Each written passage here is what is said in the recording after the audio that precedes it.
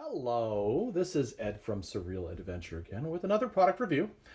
I wanted to do a review on this somewhat excellent product made by Fitbit, the new Sense smartwatch. I like to have had some hands-on experience with things for a few weeks, if not longer, before I voice an opinion. And also, I have a life philosophy. I kind of don't do negative, so I'm not going to do a review saying something's bad. Just that only review it if it's actually really, really good. In this case, I'd say actually really, really great. Measurements on this thing are about an inch and a half, just over. We'll say an inch and 9/16. We'll say an inch and 9/16 square. And as far as the thickness goes, I'm going to say about 7/16. For comparison purposes, I have a lip balm here. You can see about the size, as well as a coin.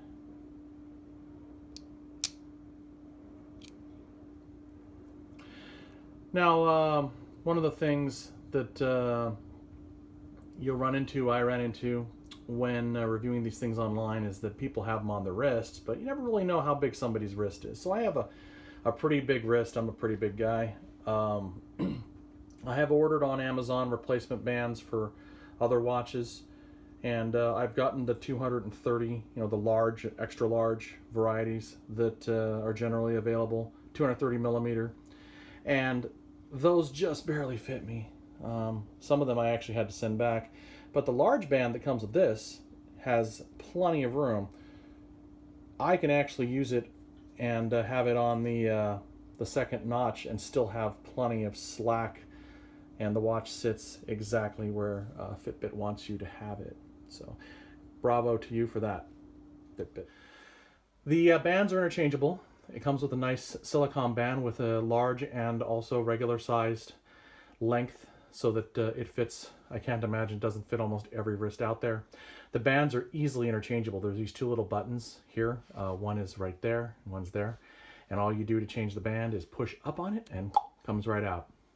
At first this seems like, hey, I might lose the watch. I don't think this is going to hold very well, but boy, yeah, no, I put this thing through lots of tests and you can pull on it pretty hard and it doesn't come out. So the chances of that happening are very slim. There is a metal crown around the outside of the watch, which is used for an electrode of sorts so that you can conduct ECGs as well as the EDA scan. The EDA scan is something that detects small changes in electrical resistance of your skin, and Fitbit can use this data to sort of ascertain how stressed out you are, and along with that and other things, it displays a score showing you how much stress you're experiencing, which is pretty cool. On the left-hand side of the watch, we have a solid-state capacitive touch button, so you can turn the watch on and off and reboot it. And on the right, we have a small slit that contains holes for the speaker and the microphone, which are used for Amazon Alexa or the Google Assistant, which you can summon from the watch. And the watch also makes a really handy speakerphone for your phone in an emergency when you don't want to get the phone out of your pocket. Let's take a look at the back of the watch. The back of it is metal, and it is curved and smooth. The sensor array and charging ports, which you see here, are recessed. You have 1, 2, 3, 4 connectors for the charging port, and you have the pulse oximeter here, which has 2 separate lights. One will light up, and if it needs additional light, it will light up the second one as well. It has 3 sensors to read that information. Also, I think this one doubles as a relative SpO2 sensor. I believe when you're sleeping, when you wake up in the morning, you'll see that that one's flashing red as well to help measure your oxygen level, which also shows up in the sleep portion of the app as not a specific number, but oxygen variation. So it might, and I say might, be a good tool for measuring whether or not you're having some oxygenation problems while you're sleeping. The buttons and the band corner are recessed far enough that they're not going to touch your skin when you're wearing the watch, and all of this together makes for a very comfortable wear. There is a difference in design philosophy between these and, say, an Apple Watch or one of the Samsung Galaxy Wear watches or other smart watches out there. What Fitbit seems to be going for with these is a sensor array on your wrist, which does all sorts of really cool things, and the app figures it all out, and a very long battery life. What Apple and Samsung and maybe some others are doing is they're basically bringing an extension of your phone for all intents and purposes on your wrist. In fact, with Apple, that's almost quite literally when you get one of their cell phone enabled watches. So there's a design difference. I mean, when you have something like that, you've got to have more powerful GPUs in it to animate the screen and play back video and do things of that nature, which this really wasn't designed for. Whereas you save a lot of power when you don't have those things, and so you end up with, in this case, up to a 6-day battery life. The watch charges through a connector that magnetically attaches to the back of the watch. There's a strong magnet in here that kind of clicks it right on, and then it charges really, really fast. You can get, in an hour on this watch, it's mostly charged. So bravo to them for that. But here's my one complaint. Fitbit, and I hope you're listening. Look at how short this is. If you have a computer that's sitting on the floor or USB ports that are not readily available in front of you, that means that you're going to end up having to buy an extension cable for your USB. Not a deal killer, but how much extra could it have cost to included a longer cable, like a 1 meter, maybe ideally a 2 meter cable? That would have been awesome, right? Let's take a quick look at how the screen animates. If you double tap the screen, it will bring it up. Also, you can set it so that if you tilt it, it automatically illuminates so that you can see it. Swiping to the right brings up a quick settings menu. Swiping down from the top brings up your alerts for the day. Swiping to the left brings up the main menu of the watch where you have your apps installed. You can do an EDA scan from here or an ECG. Bring up a timer or start an exercise. There's alarms. This is your overview for the day. The watch's settings, a weather element, a relaxation module that you can run and do a brief meditation. You can have up to 5 different clock faces installed under clocks here, and you can switch between them. There's some cute ones and fun ones and all sorts of them. Whatever you might want, you will find it in the watch app in the clock section. There's also this nice Find My Phone feature. If you're within Bluetooth range, it will allow you to find your phone wirelessly.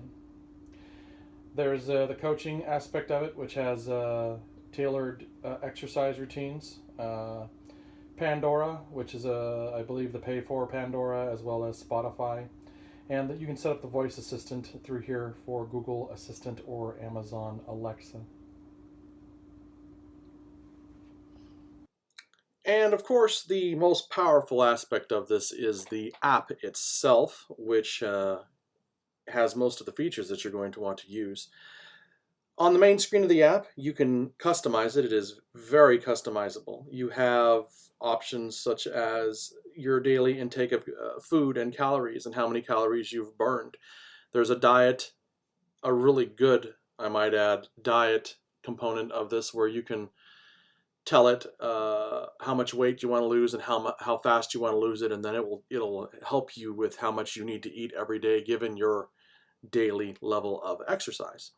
There's a sleep function which monitors your quality of your sleep, your light sleep, your REM sleep, and your deep sleep. And when you wake up in the morning and you sync this with the watch, it gives you a score which reflects how well you slept. There's a stress management tab that shows you or an estimate of Fitbit's estimate of how stressed you may be. The exercise that you may initiate on the watch, and there are a ton of exercises. show up in the exercise tab here. The watch also has a built-in GPS so that your GPS exercises show up in this list on a map. In my case, I'm a cyclist, so it syncs to Strava, and my Strava syncs to Facebook, and so everything is one big happy ecosystem where I record my ride, come home, finish the ride, goes to Strava, my Strava friends see it, goes to Facebook, my Facebook friends see it. It's pretty cool. You also got your baseline temperature while you're sleeping and your heart rate. And when you click on the heart rate, you can actually see an estimate of your VO2 max and I guess that's your cardiovascular health, or how well your body uses oxygen under exercise. There's a menstrual health component if that applies to you. There's a meditation mindfulness component here, and you can also log your water. And all this works together in one easy to use, simple, well-made, well thought out app. And I think that this, and this is my personal opinion, but I think that this is a really great way to stay healthy. These the technologies that we have now, these smartwatches, have really made it a lot easier to track how well you're doing. So I love this thing. I use it every day, all the time, always. Fitbit says take it off your wrist occasionally to let your wrist adjust. And my wrist never gets to adjust. It's always on when it's not charging. So I think this is an enthusiastic, yes, enthusiastic, great purchase, and I'm very happy with it. And I think that if you're in the market for an exercise tracker, health tracker, that also doubles as a basic smartwatch as well, then this is really the one for you. Thanks for watching, and please subscribe. Have a wonderful day.